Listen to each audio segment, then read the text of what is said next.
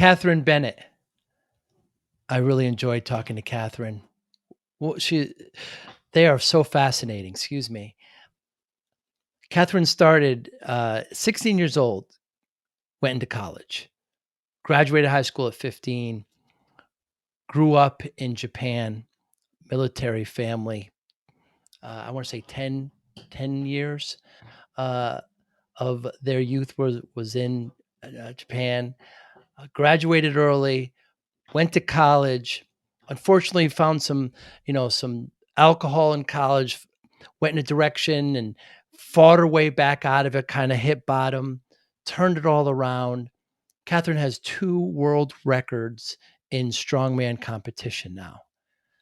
Kathryn also is deeply involved with sales, has a platform that helps business people in sales, but absolutely inspiring. Kathryn's videos on Instagram and TikTok, Kathryn's description: unhinged, non-binary, chronically ill, sober, queer.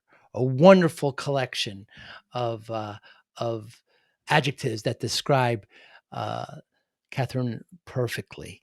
We also talk about discipline and where Kathryn feels, where they feel it fits in their life. And I'm so inspired by what Kathryn has to say, what Kathryn does. Strongman competition, what the two championships you'd be amazed at, by the way. Also, TED Talk, an author, just accomplishment after accomplishment. How Kathryn came out, how they came out. You're not going to believe where, by the way, where it happened, where they decided to do it. Wonderful conversation. Kathryn Bennett, I know you're going to enjoy it. I enjoyed it. Thanks so much for listening. Hi, I'm Joey Pinz. People ask me, how did I lose 130 pounds? The quick answer is always discipline. I started my business, wasn't paying attention to my health, was eating too much, drinking too much sweets. My daughter was born. Next thing I know, I'm pre-diabetic, I have hypertension. I knew something had to change. Discipline.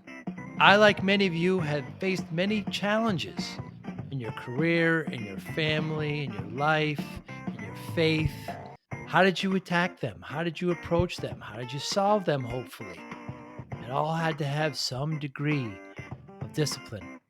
I'm also asked, how did you found and start a tech business? And it lasted over 25 years. Discipline. I was committed to it, enjoyed technology, didn't enjoy some aspects of it, but knew it was necessary. Discipline. Our podcast mission: how do we use discipline to better ourselves and society? Join me, please, as I talk to interesting people and discuss how they use discipline in their family, in their passion, in their careers, and how it helped them. Our podcast vision: growth through learning from others. Joey Pinz Discipline Conversations. It'll be light and serious. Join us, please. Thank you for consideration. I appreciate that. Kathryn Bennett, great pleasure. Thanks so much for being here. How would society, how would the world be if we could better embrace the suck? If we could better embrace the suck. Yeah. So many of us just kind of try to avoid discomfort, don't we? And it's really in that uncomfortable space where we're able to grow. And I think that, that concept of embrace the suck comes out of the military tradition, right? Of like the kind of grunts in the trenches who are really digging in and embracing the difficulties. And I just find if we run away from our challenges that we don't ever have that opportunity to access our humanity. So yeah, embracing the suck is really important. Yeah, I know we're going to talk about business as well. And, there's times when clients where you're just going to, have to eat a shit sandwich, right? You just know it, right? Yeah, you didn't do a good job or whatever happened, whether it's in your control or not. And there's other times where you got to pay taxes and you got to do things that you just don't want to do. Life just can't be a nonstop party. Yeah, absolutely. And I think, when you're talking about Client interactions and client engagement. I think one of the biggest learnings of my whole career is acknowledging what I've done wrong and figuring out how to fix it, and Mm. how that builds a beautiful client relationship in almost every circumstance. Instead of trying to run away or deny it or pretend like the thing didn't happen, if you can face it head on and fix the problem for the customer, they will be your advocate until the end of time. Absolutely, and talking about things face on, what a you graduated high school at 15, you went to college at 16, you were raised in Japan. Kathryn is just so quiet. Must have great stories, but then something kind of happened in college where you're 16, you gotta get introduced to kinda alcohol at an early Yep. age, and you loved it, and eventually that turns his head. Yeah, yeah. So I will have been sober for 5 years coming up here in February. I know you're not Congratulations. supposed to. Thank you. I know you're not supposed to tell about your birthday, your sober birthday before it actually happens, but I guess I'll take the Uh, risk. But yeah, alcoholism has been a very impactful part of my life and a part of my family, and it's something that, I was just talking with my life coach about how amazing my life has been since I actually was able to put the plug in the jug. And what it did for me was helped me cope with a lot of difficult emotions, and it helped me to honestly stay here instead of taking a more drastic measure. But when I did decide to actually get sober, everything changed, and the momentum that I have built in the last 5 years is just, it feels like the last 5 years has been more exciting to me than the rest of my life before that combined. So I can't say mm. enough about how much sobriety has benefited me personally. Yeah. Talk to me about growing up in Japan. Oh, yeah, yeah. So my family, we are a military family. I spent 10 years out of my first 15 years in Japan, on military bases. So we were, kind of part of the culture, kind of part of the society, but also kind of in this pseudo-American Mm. uh, space, which was really interesting.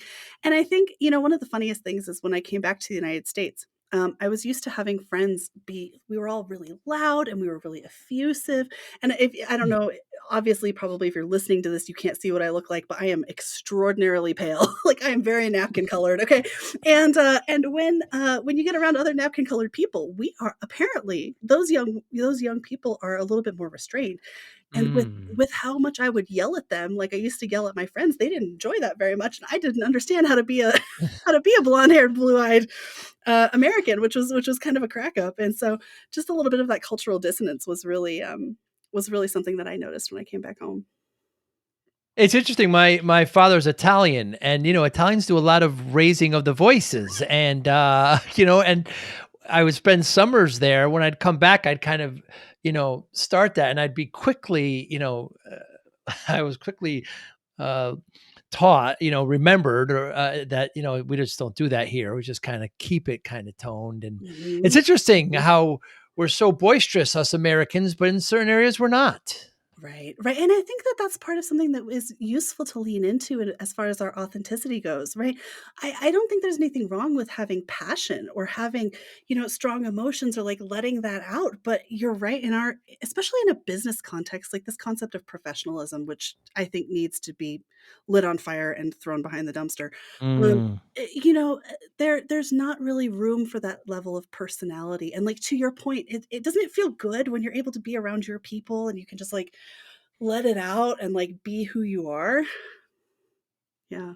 Does feel great, doesn't it? Mhm. Yeah, it definitely feels great. So you had so after, college, you had some issues with alcohol like we Mhm. mentioned, but then you turned to a great community, right? You started working out. One of your coaches said you're really good at this, and it kind of turned you around, and you pursued that, and you found great community in that. You also found a lot of your colleagues were going through, drying out as well. Mhm, mhm. Yeah, so I am a competitive strongman athlete, and when you think about strongman, it's a really simple sport. Either you're picking up a heavy thing and you're walking around with it, you're picking up a heavy thing and you're putting it right back down, or you're picking up a heavy thing and you're throwing it.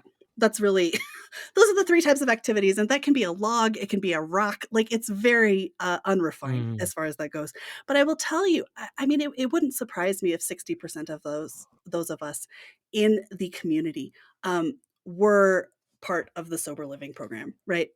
Because you don't go around and pick up 500-600 pounds if you're mentally doing okay. Like it's just not right.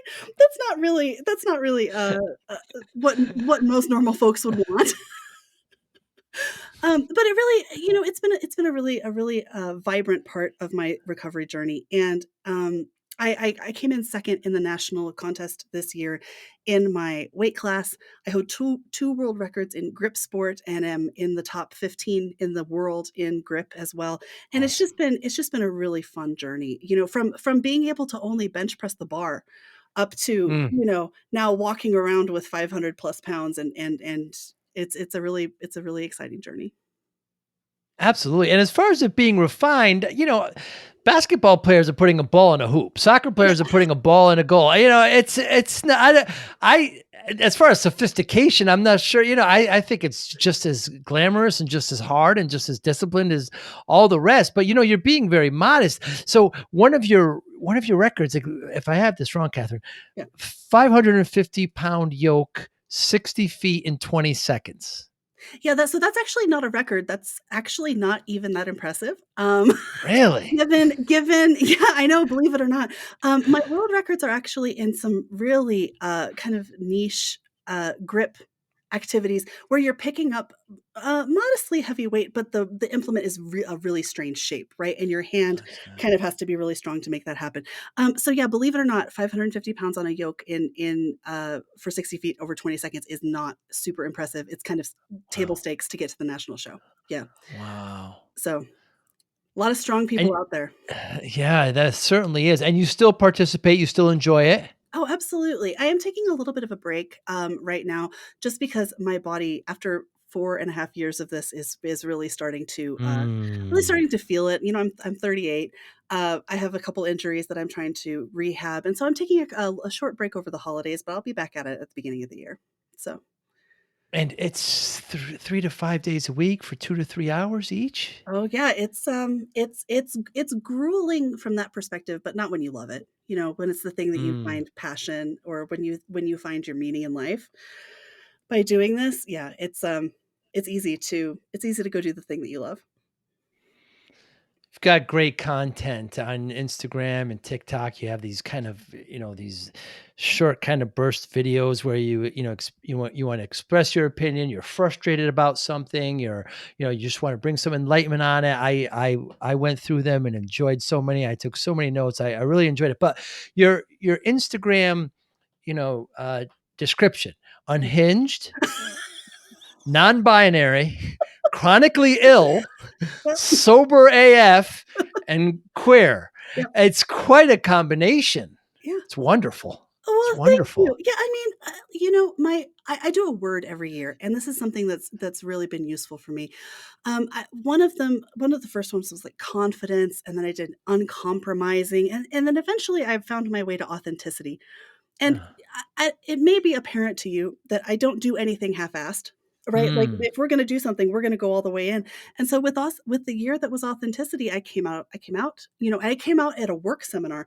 Like, the first time I came out to anybody was, like, to people at a work seminar, which was not the way most people do that. But I leaned heavily into it. I cut my again, people can't see me. My hair is bright green. I have a septum piercing, like all this stuff. I got a bunch of tattoos. Like I just decided to finally become the person that I wanted to be, good for you. and that has really made it easy to have a good time on social media. This year, my word was delight, and leaning into joy in your everyday life, even under adverse circumstances, has really been a great theme as well. Why come out at a seminar? Well, I mean, I guess I just didn't really know when else to do it. I Hey. came out on National Coming Out Day, as I was giving a speech about what it's like to be queer, and I was Ah. like, "Well, I guess I don't really know because I am new to this." And, I had been a really great ally. If for the folks who are listening, people who are, like, really enthusiastic about being allies for a certain type of community, spoiler alert, you might be one of us, you might be part of the Ah. community. And I said, "Yeah, I'm gonna join this. I'm gonna be a really strong ally," and then found my way to saying, "No, this really actually is who I am." So, took a lot of courage. It wasn't easy, and I've had a lot of consequences that weren't great because of it. But I wouldn't trade that for anything. Consequences that weren't great. You have a friendships lost, not, explain. Yeah, I mean, my family is, out of the picture now. Like, we don't. Yeah. Uh, Yeah, unfortunately, and there's just it's unfortunate, but it's a part of the way that things happen sometimes, but you find your chosen family, and, you're able to dig in with that, and it's been an interesting couple years in trying to develop that community around myself, but now we're here and queer and proud of it, and yeah, unhinged, I and, and chronically ill, and I think it's really important for folks to realize when it comes to being an athlete, your body doesn't have to function perfectly for you to mm, overcome challenges. So I got diagnosed with asthma as an adult last year. Um, and and that diagnosis, number 1, helped me to actually reach my full potential in the gym, which was really exciting to actually be properly treated. But there are a ton of folks out there who have chronic illness or addiction concerns or whatever it is, and we are out here kicking ass. There's a gal at the national show who was a type 1 diabetic and, caring for herself in that way, and she absolutely rocked it. So there's no reason that you can't participate in these activities if you have experiences like, people like me have. yeah, I remember you saying at one particular point that, you had all these doctors that kept telling you stuff, and they were, BMI is a whole subject we should, talk about, but to get diagnosed with asthma so late in your life, when if you were diagnosed earlier, you could have gone it could have helped you in so many different ways and avoided so many pitfalls that you had to endure. Yeah, I mean, it was, yeah, we can talk about the physicians and how, Yeah. I am a large human being. I compete in the super heavyweight class, right? Because frankly, I am so over the diet culture thing, and I just I cannot bring myself to continue it. And when the physicians are consistently kind of gaslighting you about your own experience and just saying, well, if you would undertake a program of cardiovascular exercise, and I'm like, listen, I can walk with a ton of weight on myself, and that's a cardio workout. Like I am already cardiovascularly quite strong, and I am still really suffering. Yeah, there's a lot of challenges that come along with that, but what I can say on that is just, kind of don't give up advocating for yourself. Mm. But but again, there's a lot of chronic illness in this sports community, and there's no reason you can't hop in with this at any age. I played soccer all my life. I have big legs, muscular, and I would. This is after I lost all the weight, but they would say, your BMI is too high, and I said, well, I mean, there's athletes that I know that play soccer, that play football with 6, 7% body fat, but that are out of the they're obese with the BMI. Why are physicians still using that? Oh, yeah, okay, so here's the thing is I've got a master's degree in public health, so you're asking the right Right. person. Okay, so Yes. interestingly enough, back in 1998, I don't know if you're aware of this or folks that are listening, they moved the goalpost on what the definitions of overweight and obese were. So when we talk about the obesity crisis hitting in the late 90s, it's because the criteria changed and overnight 30% more people became categorized as obese, right? Interesting. Okay, it has always been intended to be a population measure, and has always been intended to be a population measure to indicate whether or not people were starving, not on the other end of the spectrum. There are four primary determinants Huh. of health. One of them is: do you smoke tobacco? Do you drink alcohol? Do you eat your veggies? And do you exercise for an hour 3 times a week? Okay, those are your four primary determinants of health, along with like your zip code, right? Because sometimes poverty and socioeconomic status have an impact. But if you're living well within those four determinants of health, I can guarantee you that your health is just fine. Hmm. Limit your alcohol consumption or give it up altogether. You're not missing out on anything, and you might save some money. Eat your fruits and veg. Like do all those things that are helpful for your body, and whatever size you are, there is a sport for you. Number one, and number two, you are fine at whatever size Hmm.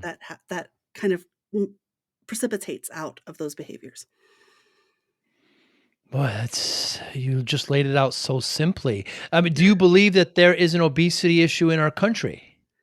I believe, uh, it- hmm, I believe that obesity is a symptom of a Mm, lot of health problems that we don't fully understand. So take polycystic ovary syndrome or hormone conditions, right? So I think obesity is a symptom, number one. Number two, I think that a lot of what we do to treat obesity makes people's lives worse. So I went on, I have a history of eating disorder, And it's really difficult when doctors are like, "Hey, just eat less and exercise more." Because you know what I'm gonna do? Again, I told you I don't do anything half-ass. If you're gonna tell me to eat less and exercise more, I'm gonna eat, 300 calories a day. My hair's gonna fall out, my teeth are gonna be loose Mm. in my skull, and you're gonna say, "Oh gosh, Kathryn, you just look great." And my organs will be failing, right? And so do I think that it's more important to tackle obesity or those 4 determinants of health? I say we encourage those people to do those 4 things and see what size they turn out as. Very interesting. Uh, very, very interesting. And do you think that, when you laid it, you said tobacco, you said alcohol, fruits and vegetables, and then of course exercise. I always had the three pillars as kind of, sleeping, exercise, and diet. I guess Mhm, it's pretty much the same thing. mhm, Uh, but here's one issue, like, during the pandemic, I just thought it was a great time for the government to say, "Okay, why don't we start walking people? Why don't we start exercising a little bit more? Why don't we start" it never happened. It's obviously a political hot button. yeah. People don't like to be called overweight, perhaps. So, do you think that was a good time, a missed opportunity for the government to help the public? Well, I think there's a lot of complicated components that go into this, not the least of which is the fact that exercise and disability intersect, right? And there are a lot of people Ah, who aren't able, and especially people who have been disabled by illnesses that include COVID, right? The exercise might look different for people like that. And so how can we be inclusive? Like as we think about sport, right? I broke my foot. Like here's a good example. I broke my foot a couple years ago and I actually, in order to stay fit, adopted a program that was designed for people who had paraplegia so that I could continue to exercise my upper body, but I was using methods for people who have had an amputation or who have had interesting. paralysis, right? So when we think about exercise, yeah, walking sounds great unless you've got a knee with no cartilage that's grinding, right? So how do we Mm, accommodate people who are disabled into that conversation as well? And I think that we've really just got to open that up. it's very interesting because your point is not everybody can do all that. So you have to kind of be inclusive and make adjustments for those. Yeah, very very interesting. I never quite thought about that. That is a very interesting point. What misconceptions are there and what should people know about non-binary? Ah, there are a ton of misconceptions, that we are just using pronouns to get attention, right? Or Mm, that, like, we're just a bunch of pot smoking hippies who don't know what we're doing, right? Like, listen, I'm a 38-year-old professional with a tenured career in, like, actual stuff. I was a chemist, right?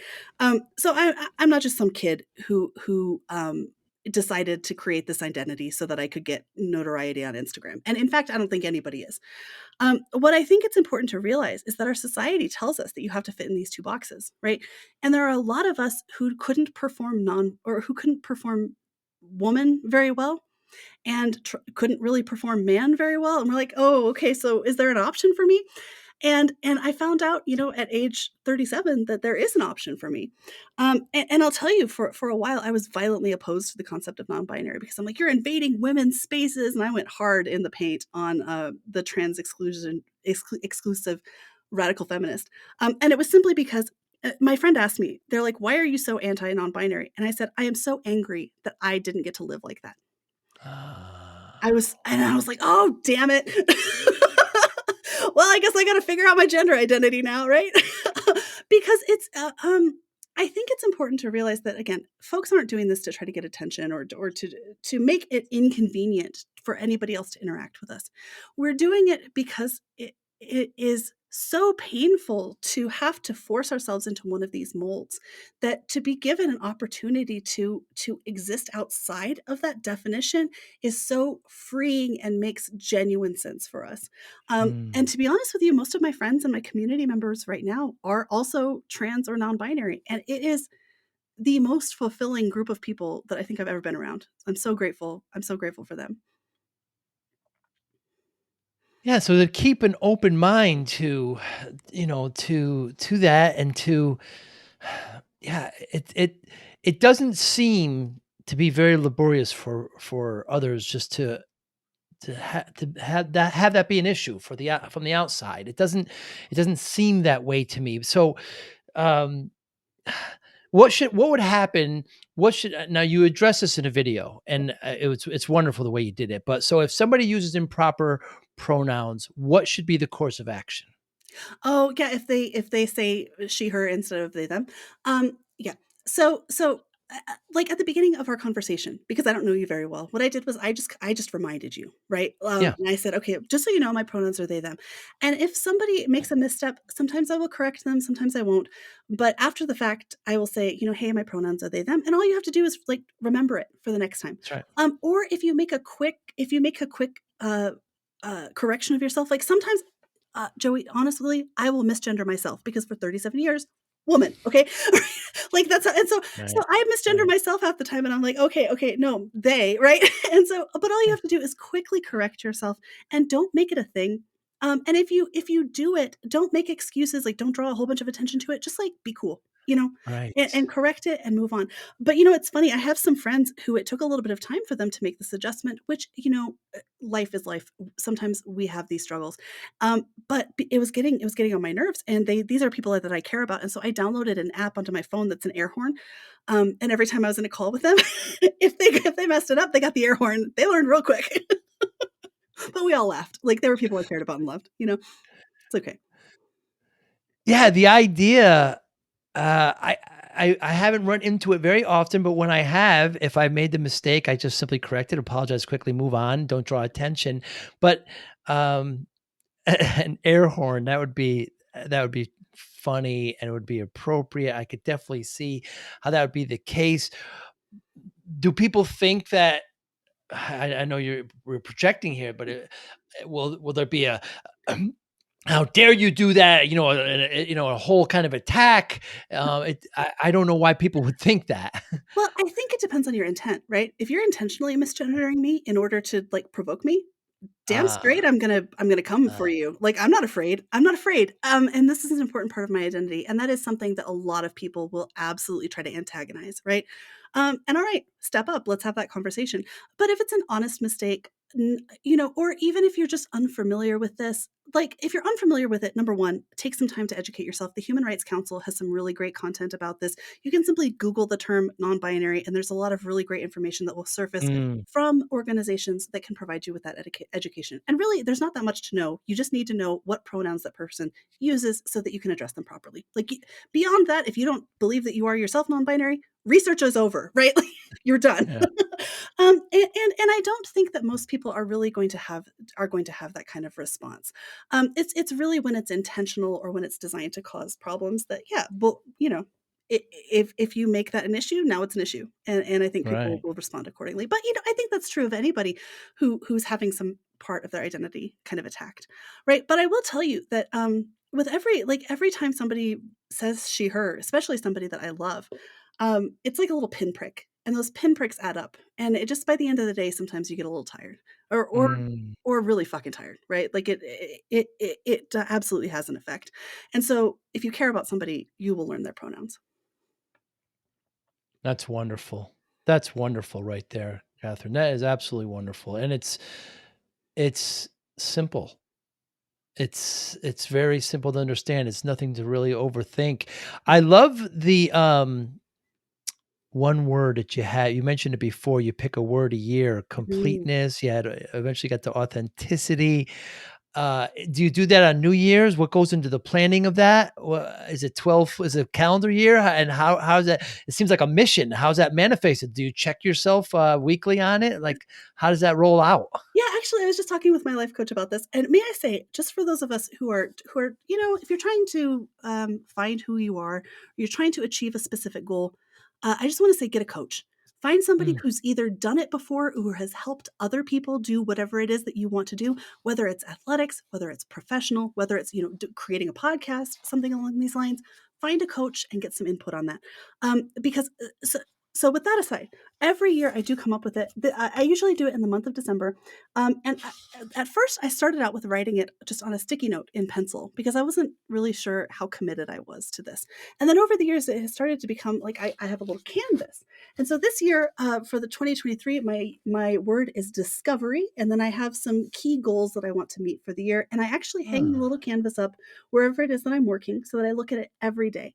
And I am committed to saying, okay, 2023 is my year of discovery. I'm going to go on the road and I'm going to take some of my sales information and content out into the public. I'm going to earn this much money. I'm going to build this type of a community. I'm going to take this kind of a trip, right? And I'm also, this one says no debt. I'm going to get out of debt this year. Like that's the goal. we are Oh, we are dangerously close to that happening. Um, but yeah, congratulations. I commit to putting it on a canvas in paint, and then I just hang it up on my wall, and I look at it every day, and I say, "This is my year that I'm going to do this." And I'll tell you what, it is amazing if you commit to a theme, how much your life will follow the path that you want to designate. Mhm.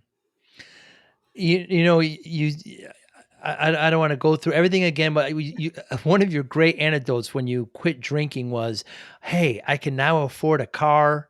I can, creditors, I Yep, don't have to dodge them anymore," because, it was running into problems with your work. I mean, you were in a science lab disassembling nuclear warheads yep. and hungover.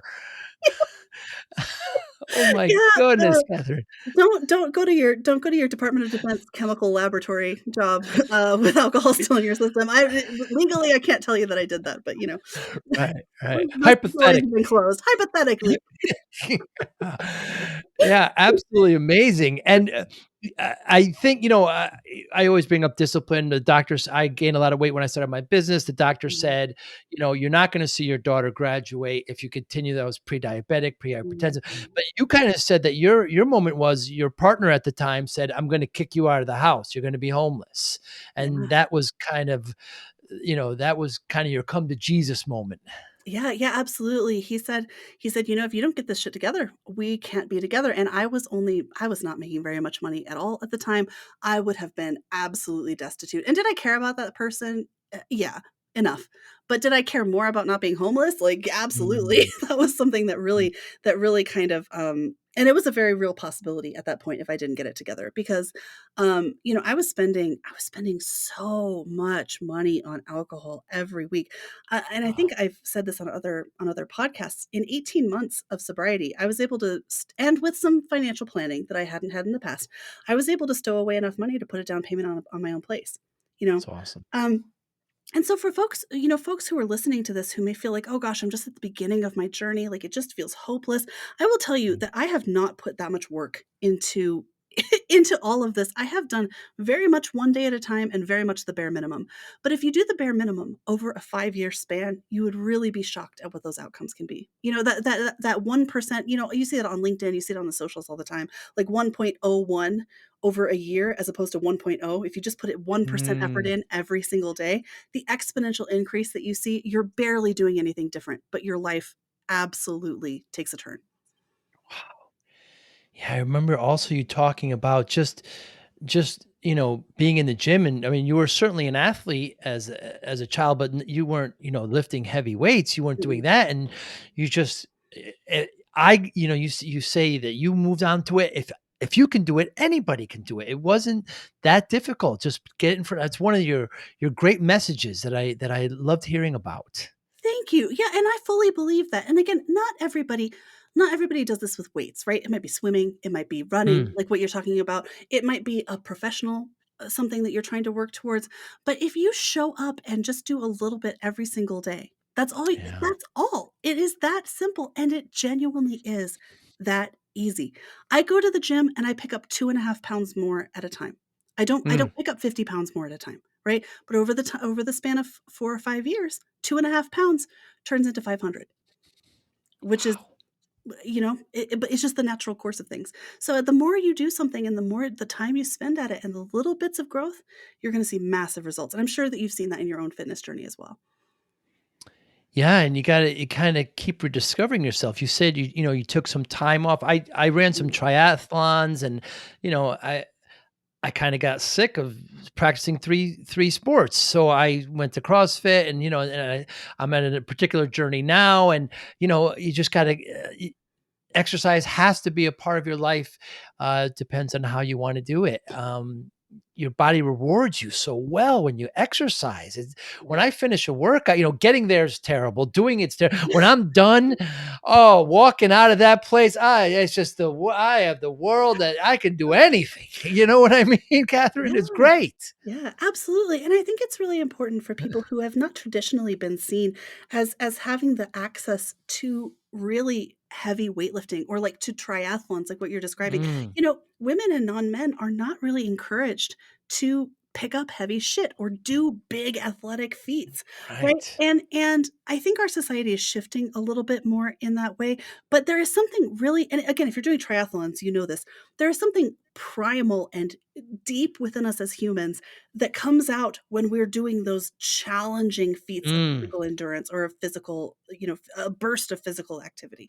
There is no moment in time that I can tell you that was greater in my life than when I've been deadlifting for 450 pounds plus. Like wow. it just feels like I am human. I am, like it just feels like you can be the most present that you can be. And I don't know if you experience that too, but it seems true for me.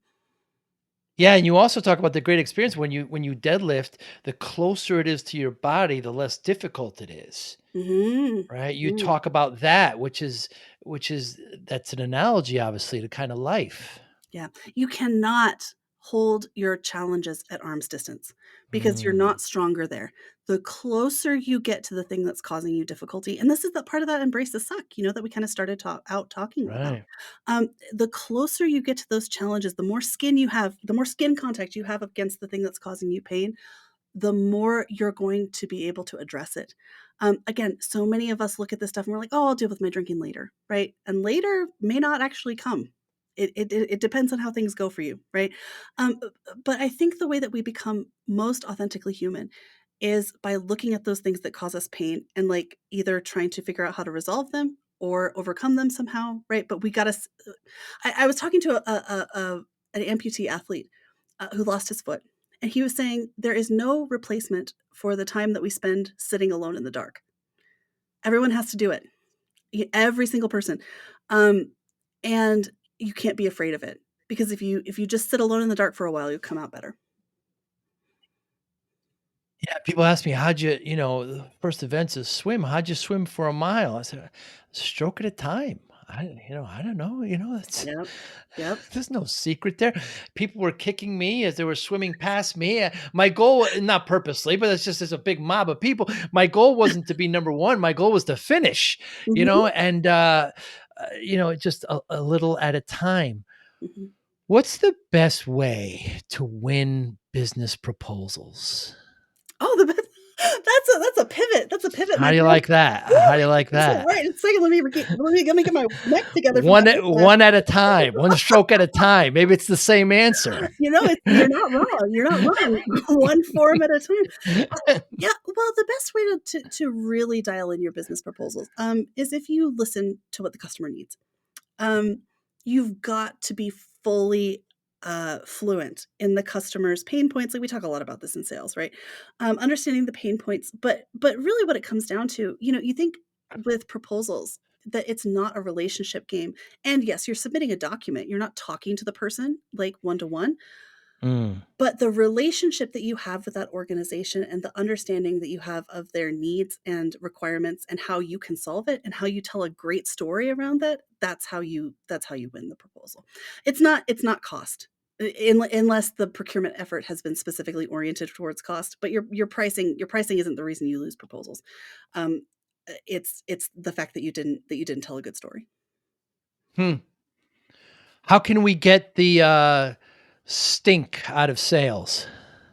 Yeah, again, my life coach tells me this all the time, about she's like, "Everything that you're saying to me right now sounds way too polished." And I'm taking the sales enablement training class right now, which is really great from the Sales Enablement Collective. And they talk about the fact that your sales reps need to have this authentic approach, right? Like they need to be allowed to be themselves. We create these sales scripts, we create these assets that don't reflect who our company is, like who the salespeople are. get the stink out of sales, we've got to lean into that authenticity and let people tell the story Mm, of how they experience the product and how they the benefit that they see, and allow for that human connection instead of just like pushing through the numbers game. The biggest sales that I've ever made were like to people that I would consider friends still. You know? right, me too. Do you agree? Yeah. I definitely agree. People, love to buy, but they hate to be sold to. Mhm. Mhm. Yeah, Where and I think that really figuring out a way for us to connect as human beings in this context, like, there's no reason s somebody who's helping me solve a problem should be somebody who is acting in my own best interest. Like, mm, let's not forget the fact that, like, I wanna know and again, not everybody wants to be sold or wants to have this sales experience, but, like, I wanna know how your kid's doing. I wanna know how your right. Christmas was. I wanna know what your pet's name is, right? And then we can move on from there and really understand how your products are meets my needs. But if I can't connect with you on a human level, and you can do that through documentation, there's no reason you can't. Interesting. Yeah, the more personal people like to work with people they know and like, Mhm. yeah, making those connections is paramount. But you still hear used car salesmen, you hear these terms all the time, but without sales, the worst thing will happen, you won't be able to sell your product or service. Yeah, my buddy, Rhett Staffstrom, who wrote he's written a book about how to sell for introverts, which is a really Mm, fascinating, ma- maybe someone to consider talking to. Not trying to pitch it, but like he's someone that's a really cool sales guy. What he talks about is this axis, and I don't think he came up with this, but he talks about this a lot. Is the axis of competence versus likability. So if you are likable but incompetent, you're not going to make the sale. If you're competent but not likable, you have a chance of making the sale. But if you are competent and likable, that's the sweet spot. Like you need to understand your stuff and you need to be fun to talk to, but you can't just rely on your charm as a person. And Red really describes that in a really meaningful way. wow, competence and likable. It's very interesting. I hear the term ambiverts as well, kind of people that Mhm, are kind of introverts and extroverts, and where sales lends itself in there. mhm, Uh, So I mentioned before I lost a lot of weight, and mhm. people ask me how I lost it. Like they want some secret, like they want some magic bullet, like walk on your right foot for a day. Like they want some, and I just say discipline. I got focused. I had a moment with the doctor, and by the way, that doctor's still with me, and I will go have a checkup, and she will say things like, gee, Joe, did the Peloton break or something? I said, okay, I gained a couple pounds, so you know and I enjoy that. I'm from the Northeast. I like a certain level of sarcasm and elbowing, but I always say discipline. I just got focused on discipline. With your life experiences, Catherine, how does discipline play a role in your life now and before? Yeah, it's funny. My first high school boyfriend, would tell me, he's like, "You are the most disciplined person that I've ever met." Ah, Even when I was a teenager, which was number 1, very high compliment coming from this person, and number 2, kinda cracks me up because I think about that with some frequency. But what I think about discipline, in the rooms of sobriety or in the rooms of AA where I got sober, they talk about the fact that time takes time. And I've always been the type of person who wanted to kind of skip to the end and like because I did that a lot in my life. I skipped grades. I mm. got I got to go fast through things. And I said, "Okay, so how do I do really great at sobriety?" And they go, "Well, to get 60 days sober, you have to spend 60 days sober. There is no rushing. You have to just put in the time." And I think if you can accept the fact that this stuff isn't going to happen tomorrow, your weight loss, you didn't flip a switch and it happened, right? Your triathlon, you didn't flip a switch and suddenly you're able. It's not like the Matrix where you download it into the back of your head and all of a sudden now, oh, I know kung fu. Like that's not how any of this works. And so I think the fact that just time takes time. And you listen, 4 years are going to pass. 4 years were going to pass whether or not I was sober. I might as well. I might as well, right? Like give it a try. So just accept the fact that this is going to take a little bit of time, and if you can't do that, yeah, I don't think discipline. I don't think discipline manifests. So it's fascinating. You equate patience with discipline. Is that safe to say? I mean, somewhat. I think it's being in the moment too, and just I mean, I think patience is a hard word for me because I'm not. Um, Mm, but I get that. I think acceptance is a big part of it too. Like, I have to accept, if I'm on a weight loss journey, I have to get on the scale and find out what my starting weight is, right? If I'm on a weightlifting journey, I have to accept that I can only pick up, and not only, but maybe I'm starting at 10 pounds, right? But if you're not able to look at the reality of that circumstance and say, like, this is what is probably going to be my path, then yeah, I just don't know. I think you've gotta really get clear on what's happening right now today, no matter how bad it is. Yeah, and I want to reiterate to people who are listening, you were Mensa, you were graduated at 16. I mean, you're high accomplished, and you decided to take physics as your major in college, knowing that it would be difficult, knowing that it would be very hard. So you've got that personality, you've got that, that fight to you, Catherine. It's wonderful, and I Mhm. think for those parts that maybe it didn't serve you well, it served you certainly well in your recovery and what you're doing now. I mean, you used both ends of it very, very well. Yeah. The best way to get somebody or the best way to get me to do something is to tell me I can't. And oh by God, I'll show you. I got a lot of family from Texas, and that is the attitude, my Oh friend. boy. Like, Oh boy. Oh they just boy. yeah, well, yeah, go big or go home in that kind of context.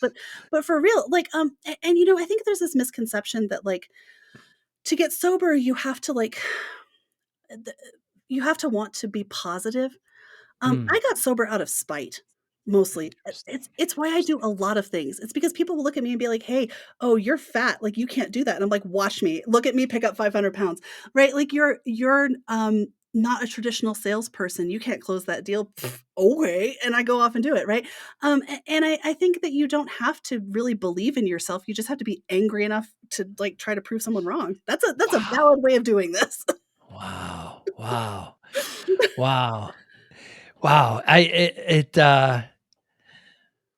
Does it's interesting, like, when I'm working with I'm in the tech field, so when I work like yourself, when I work with when I'm trying to sell to somebody and I get a little bit and I know that they're a bit, self-centered or Mhm, they're narcissistic, it's easier for me because I mhm, know how to now shape it because I've gotta make them look good. If I make them look mm, good, you know, but I love when I play some sports, I play tennis, I play golf, and I have some buddies I know that if I rib them a little bit, they'll work harder. If I don't, they won't. And so with you, I could just say, "You're not making this putt." And you will grind, you will squeeze that putter, and you will give me the finger once it sinks in, once it drops. I could just tell you've got that in you. It's wonderful. But I tell you what, if it in a different life, I think I must have been like, you're from New York?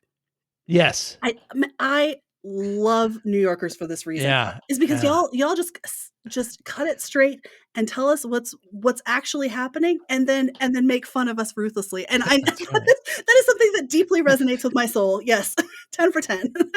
It's just I know I think you're in Colorado now, you're in Yep, Chicago for a while, yep. and I just listening to you, I was like, "She's gotta have some New York in her." Because if you don't give it back to them, they don't like that. You Yep. gotta give it back, and then they'll smile, and then that's just the way they are, and, it's very different there. I wonder, will discipline ever be your word of the year? No, I think I've already got that. If I Ah, focused on oh my god, can you imagine how much I would implode if I had to do more discipline? interesting. I try to stretch myself into places where I feel like I haven't really accomplished what I want to accomplish. So, like, with Delight this year, mostly I am very good at grinding at work, right? It's what I'm accustomed to. It is part of my life. I'm always in a class. I'm always, like, trying to learn something new. I'm trying to get a new modality under my belt or, like, get a new method, right? And this year I was like, I am going to actually have fun. And I'm gonna see if that helps me do anything more. And I'll tell you what, I had a great deal of fun.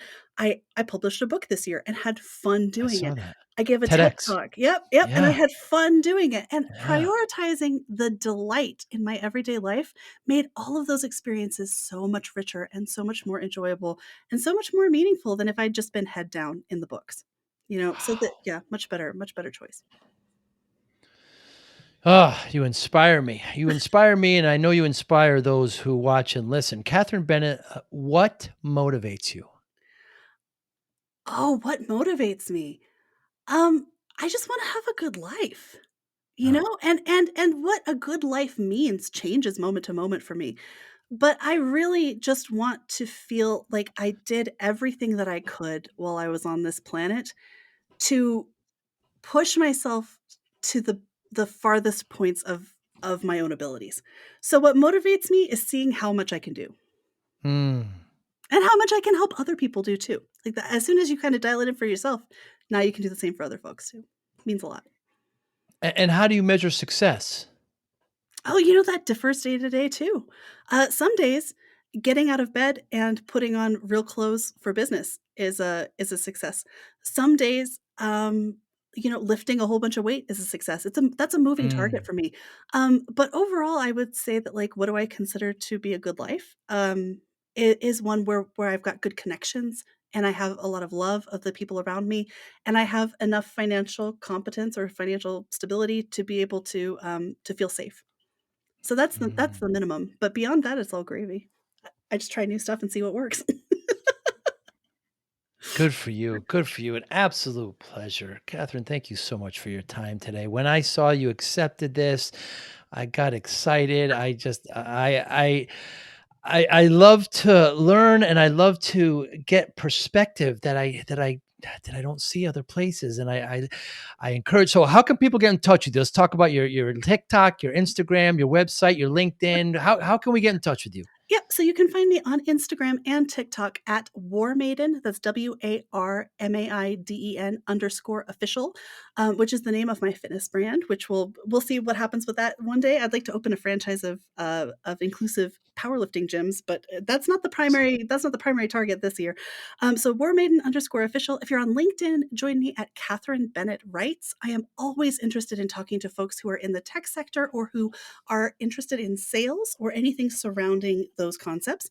And then if you want to check out my website, it's warmaidenfitness.com, where you can find my book, Productive Pain, which tells a little bit more about my personal story. Although, frankly, Joey, I think you hit almost everything that, that I've talked about in the book, and so it might be a little bit repetitive. But happy to have more folks in that community as well. I saw that you wrote the book and you also had a TED talk and it's just so inspiring. But so anybody's listening, Catherine is spelled with a K, Kathryn. Bennett's got two N's and two T's. But it'll be all in the show notes as well.